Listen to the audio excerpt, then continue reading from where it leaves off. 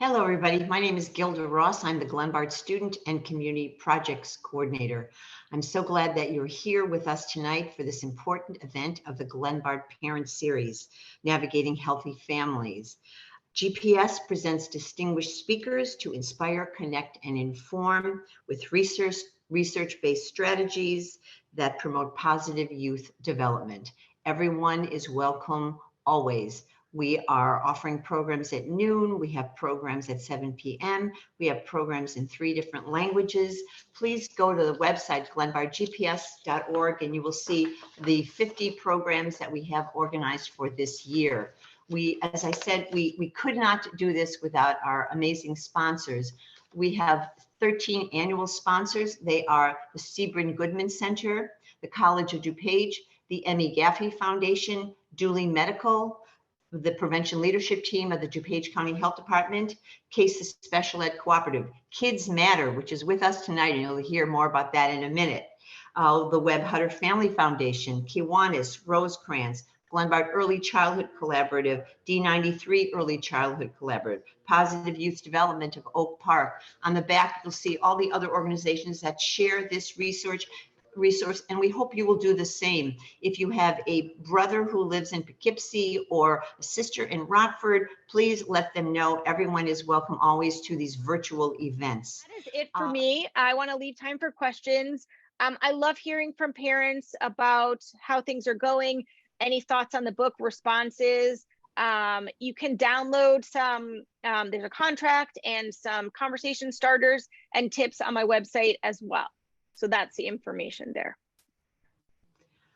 Catherine, thank you so much. These are my takeaways from your book, from your talk. I love these. Screens are neither all good or all bad, and it's not a moral failure to be addicted. They're ubiquitous. They're not going away. We have to figure out the solutions. We have to educate them, work together to figure out the solutions. I love this. Kids are growing up fast and slow, and the goal is that independence and our helicopter parenting really has slowed down this process. So that really is the goal. Best solutions happen in a partnership. Be sure that they are part of the solution. They're going to make mistakes. Stay calm, help them problem solve. So they come to you, ask open-ended questions. They're watching us every minute. Are we picking up the phone at mealtime? Do they have our attention? Are we present? And again, that self-care about the sleep and getting the phones out of the bedroom. Ask for help. Do what you love. So much there for me, for the parent of a young child, for the parent of a teen, a college student. Let's go to some questions from our students. Rebecca, you are up first. Hello, I first want to say thanks for your time and everything. My name is Rebecca Rumbola. I'm a senior at St. Francis High School, and I would like to know any specific takeaways high schoolers can take away from all of the research that you've done. So I think the research on sleep is really important. I don't think kids realize how the lack of sleep impacts their school day in so many ways. And I also think that teens sometimes think that they're impervious to scams, but there are predators out there. There are people who are spending a lot of time in chat rooms where teenagers are getting to be their friend, only later to ask for pictures or for private information. For scams. So it is important for all of us to be on alert, but especially teens as they're learning and developing. Thank you. Thank you. And Isabel, you are up next. Hi, again, thank you for such a wonderful presentation. My name is Isabella Shari, and I am a senior at Mattia Valley High School. And my question is, so we know you wrote your book for 8 to 12-year-olds. So what advice would you have for any tweens who are currently attending this session? So I would recommend that you talk to your parents about your experiences and bring your parents in on some of the things that you love on your phone. You know, if you love TikTok, show some of the funny stuff to your parents. It doesn't mean you have to let them in on everything, but they are clueless. They do not understand your world. And I think sometimes that's why parents can be so hard on teens to get off their phone, because they don't really understand that sometimes putting away your phone means you're not in on an important conversation, or it means that you might be letting a friend down, or it might mean you missed something that's important for the next day. So I would encourage you to engage your parents and to let them see behind your curtain a little bit, and feedback about their own usage. If they are always on their phone and you wish that they weren't, tell them, let them know, hey, I wish we could put phones down, all of us, at meal times, or I wish we had one afternoon or one Saturday where we just like everybody put it away and we like did something fun, or even that you did something fun on the phone together. I'm like, oh, Jackbox. That's something that my kids and I play. And that like opened up a whole world for us to all be together on our phones doing something fun. So yeah, that's what I would say. Great, thank you. Thank you, Isabel. Sherilyn, I know you've got a question. You're up next. Thank you. Thank you. Having a 14-year-old and a 17-year-old myself, a couple of questions came up. So my first one is going to be, you talked a lot about the age of getting the device, right? Getting that phone. Does social media come at the same time? Social media comes later? Is it best to give them all at once? One or two of them? Yeah, lots of questions in there. Awesome. Great question. I really appreciate it. So the social media companies recommend that kids be 13 or older, and technically they're supposed to be in order to sign up.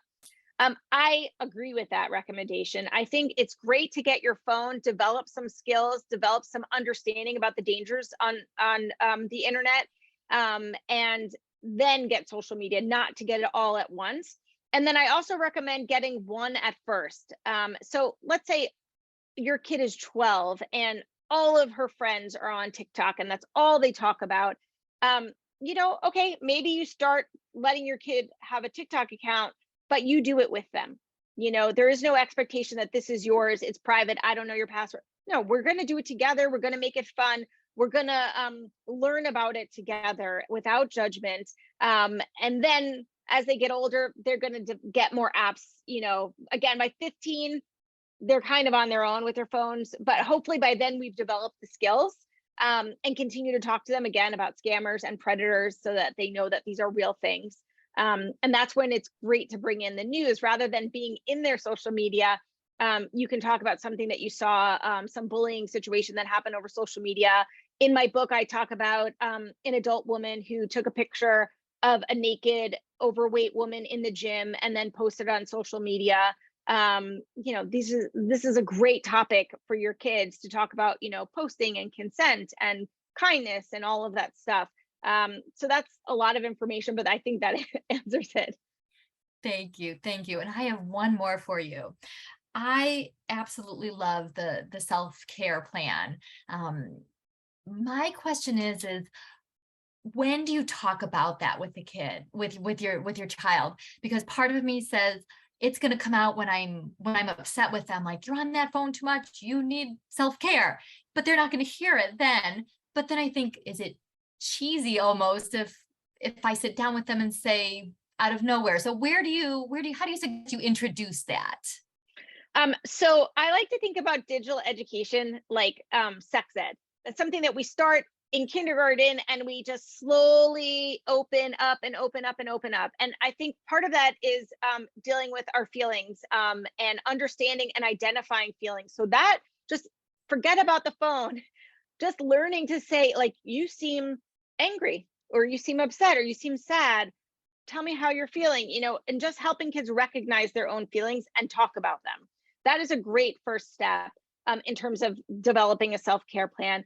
And the most important thing about a self-care plan is that the kid says, I don't feel well. I don't feel great. I'm very upset about something that happened. I feel like I need to put my phone down and take a bath, or I'm going to take a walk, or I want to go play basketball, or I need to find someone to talk to.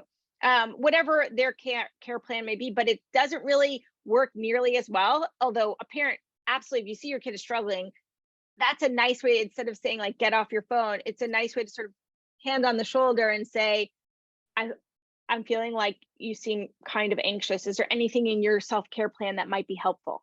It's like putting a suggestion out there kind of lightly rather than like telling them, put your phone down and do your self-care. I think that it should happen warmly and from the child, and then be part of just their everyday life. Like, how are we taking care of ourselves? How are you as the mom?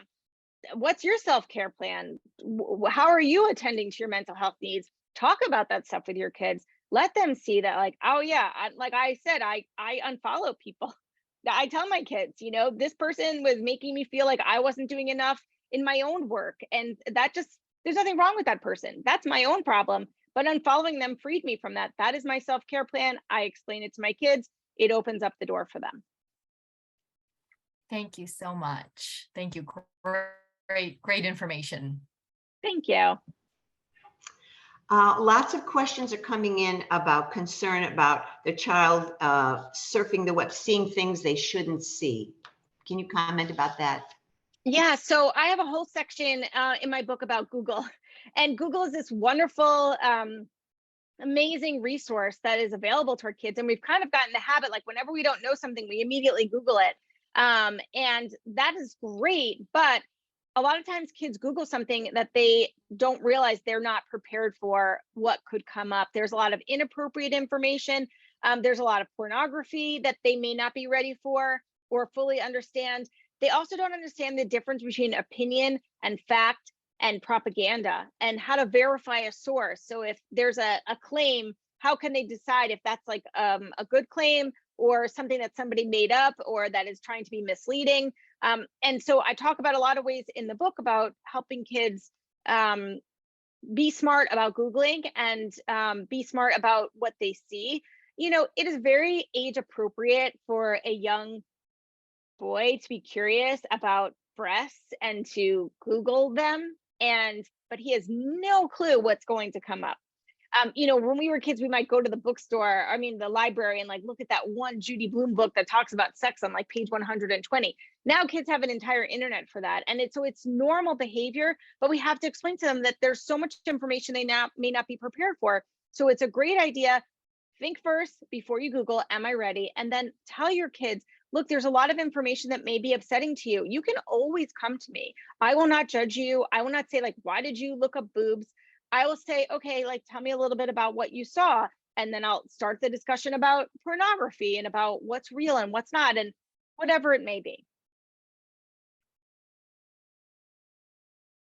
Good, thank you for that. Question, this is, you talked about expect the challenges are going to come.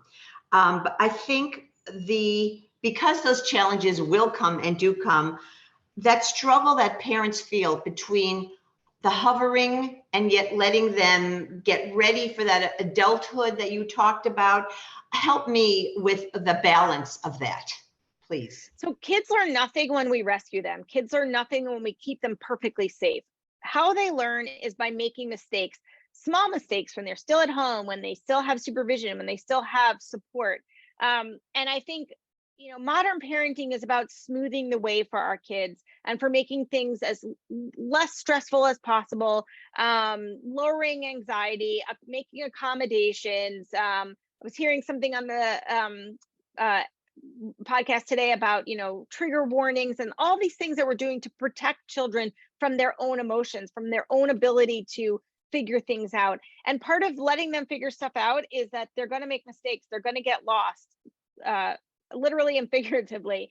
And that we have to slowly open up the reins. I remember my daughter used to take piano lessons like 4 houses down from my house. And she might've been like 8, 9 years old. And she wanted to walk to the piano teacher's house. And my husband and I were like so stressed out. It was literally 4 houses away. Probably at that age, I was riding my bike all around the neighborhood. At 13, I was babysitting newborn children, like babies, and older children by myself while the parents went out. Kids are really capable of doing stuff if we give them opportunity to practice their skills. And how you know what they're ready for is like, you want to give them a task that's like just slightly above their ability. So it's a little bit hard for them, but it's not like way out of the realm of possibility. I remember, we've come a long way from my daughter walking to her piano teacher. When she got her license, I made a point to myself to say, I'm going to let her go wherever she wants to go in that car. So if she wants to go, I'm in California. If she wants to drive to Los Angeles for the coolest taco place, I'm going to let her. If she wants to drive with her friends to Vegas, I'm going to let her, because the only way to get better at driving is to drive. The only way to get confident about going places is to go. And so it's not easy as a parent. You may be biting your nails, but you have to kind of let go in stages to give them the ability. And again, mistakes are going to happen. Help them solve them, help them problem solve, and then move to the next time. Well, really beautiful and helpful. The last question is coming up a minute ago. I'm going to introduce Kendall. A minute ago, you asked Kendall and all the girls that were on the call about what you asked them, what they want to let us know. And Kendall talked about how this challenge of maintaining my in-person persona and my online persona, something I never thought about. We talk about this increase in anxiety and depression that these kids, and every time I have one of these conversations, I understand more and more what it is that kids are going through today. And now let's meet Kendall with our last question of the night. Kendall. Hi, thank you. So I think at the beginning you talked about the different topics that you mentioned in your book, and one of them was kind of that awareness piece and etiquette on the phone.